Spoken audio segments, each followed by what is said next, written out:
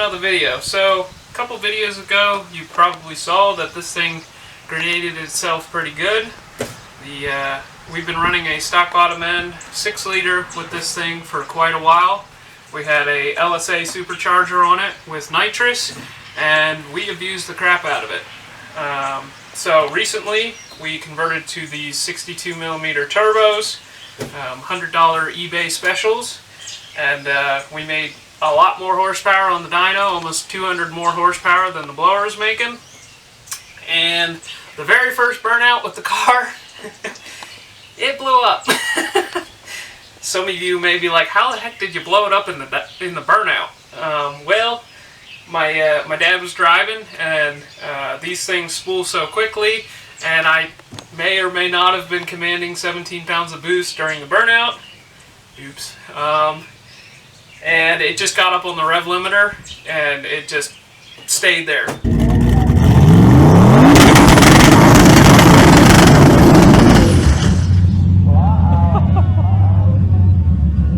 So yeah, I mean, on some of the spikes, you know, the engine was accelerating so fast, it got up to like 7,400 RPM, and I have the rev limiter set at 7,000, fuel and spark cut, so that tells you how hot it was. So today, we're going to show you the carnage.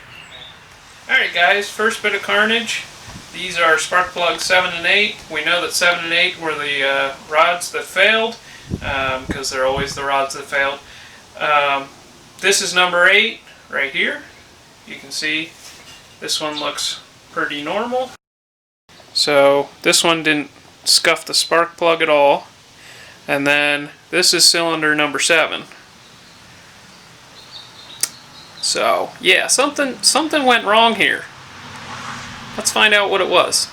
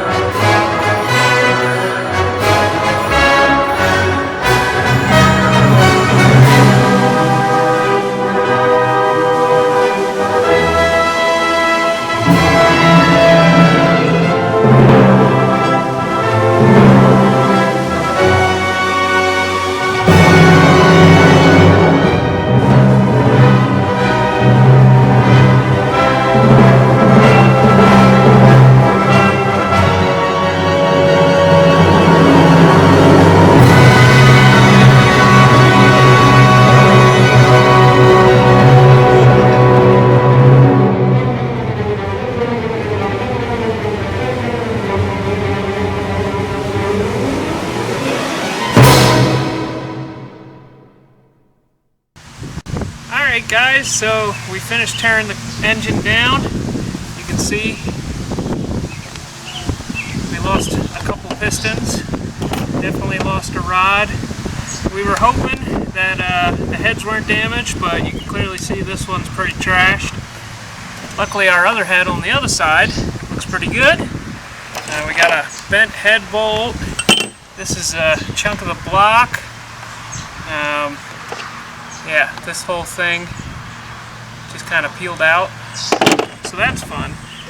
Then got a nice hole in our windage tray and a nice hole in our fancy oil pan. So all in all, it's better than we thought it was going to be. It's definitely a bummer, but you know, we're thinking either the number 7 piston or the number 8 rod was what went first, and then everything just went with it. Amazingly, the rod bearings are still in good shape. The crankshaft might be savable. I don't think we're going to try that, but just something funny to think about. But I think that's where we're going to call this video a wrap, and if you like what you see, which you shouldn't, but please like and subscribe, and we'll get this thing fixed up.